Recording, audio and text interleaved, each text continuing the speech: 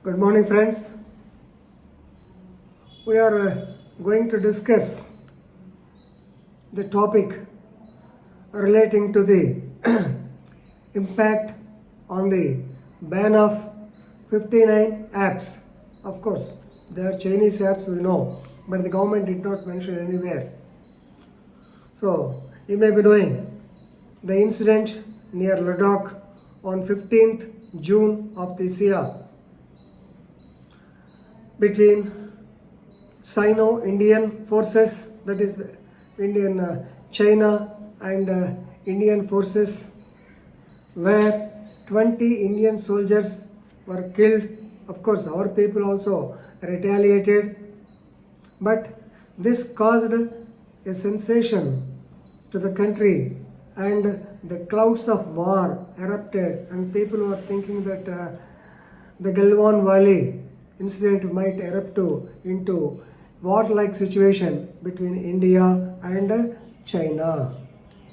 Right? Of course, I am sure that war will not come. Don't be afraid, but still the impact will be there. So let us not bother about the political aspect. Let us come to the legal aspect.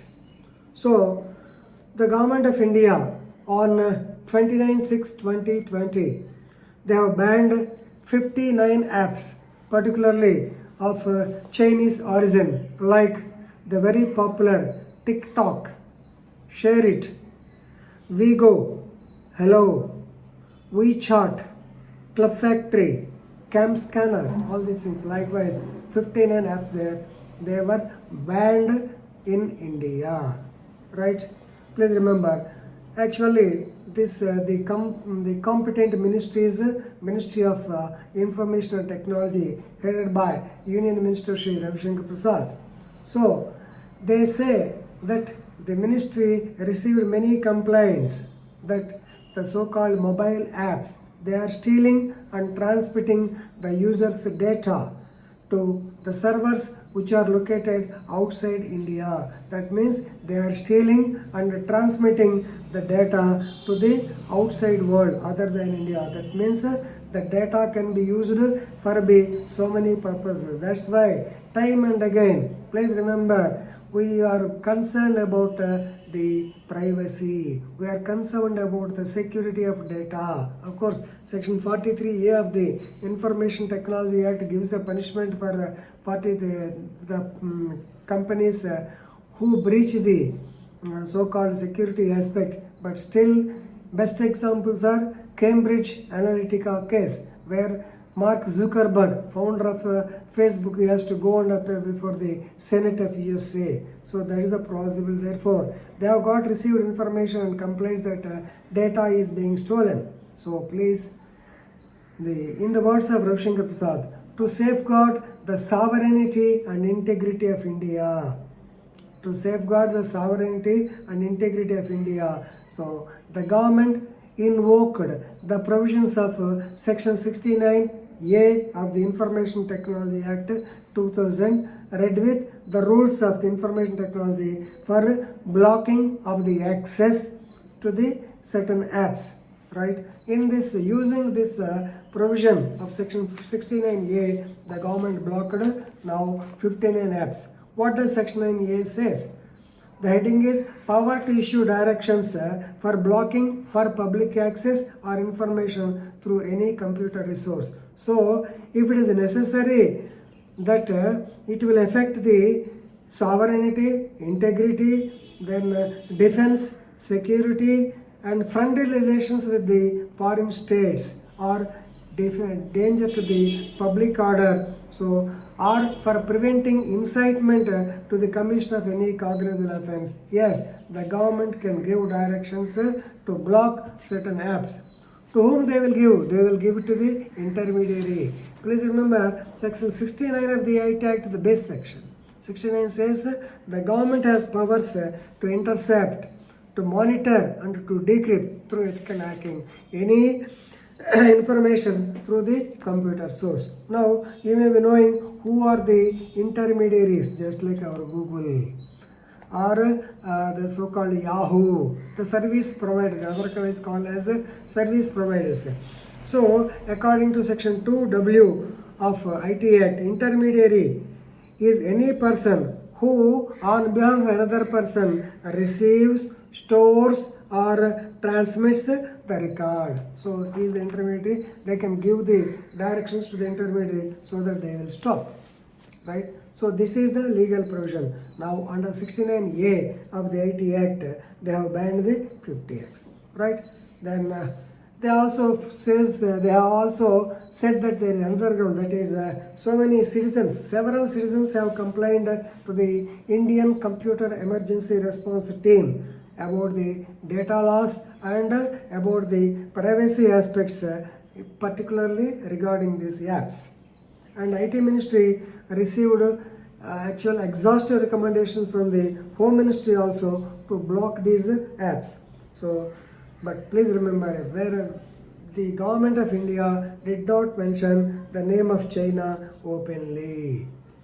Then what did Ravi Shankar Prasad say? The Union Ministry, he said, the digital strike was done for safety, security, defense, sovereignty and integrity of India and to protect the data and privacy of the people of India. So cautiously he gave the statement, right?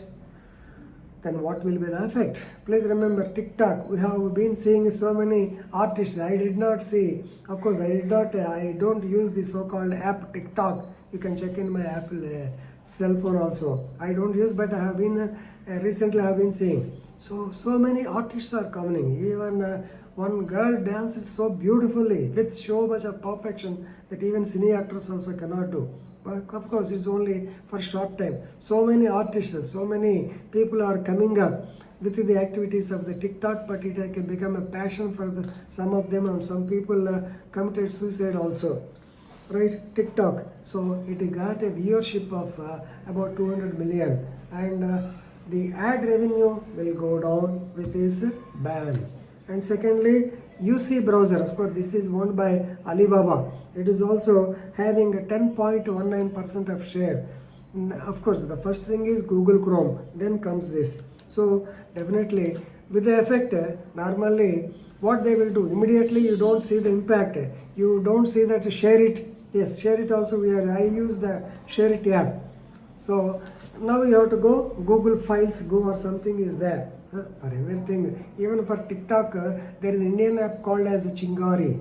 Even for Zoom, there are a lot of allegations against Zoom. Even for Zoom, now we are getting GeoMeet, of course, Indian thing. Likewise, definitely there will be some alternatives. Then normally what the government do? Now the government has banned them. So they will inform the mobile app owners that about this so and so. So if the people who are using the mobile phones or the apps, they will not get the updates. That means these apps will not be updated. And don't think that they will immediately remove the app. Definitely they will see their all legal ways. That means they may go to the WTO, World Trade Organization. Yes, definitely. They will not. Do you mean that they will keep quiet? Definitely China. Because international trade, World Trade Organization is the apex body for the international trade, right? So the result will be China will lose the ads revenue. Definitely they will be getting the revenue only through ads, right? You may be knowing the TikTok, which is the original app called as ByteDance, B-Y-T, ByteDance, and the founder very recently says that it will be useful for of course persons who are who don't have any work, and I don't know, and that Indians, so many Indians use the same. That means so many Indians they do not have the proper work, right? Now the comment on behalf of China is they say that India's reaction in this is against is against the or is a violation of the World Trade Organization rules, international trade and commerce. So definitely they may file complaint with the World Trade Organization, right? Please remember how this can be done. This can be done in two ways. Normally, a a committee has to be formed for blocking or for stopping the or for banning the apps. A committee should be formed and the decision should be taken by them. In the meanwhile, they have to give chance, that is adi alteram partem, to the relevant intermediaries.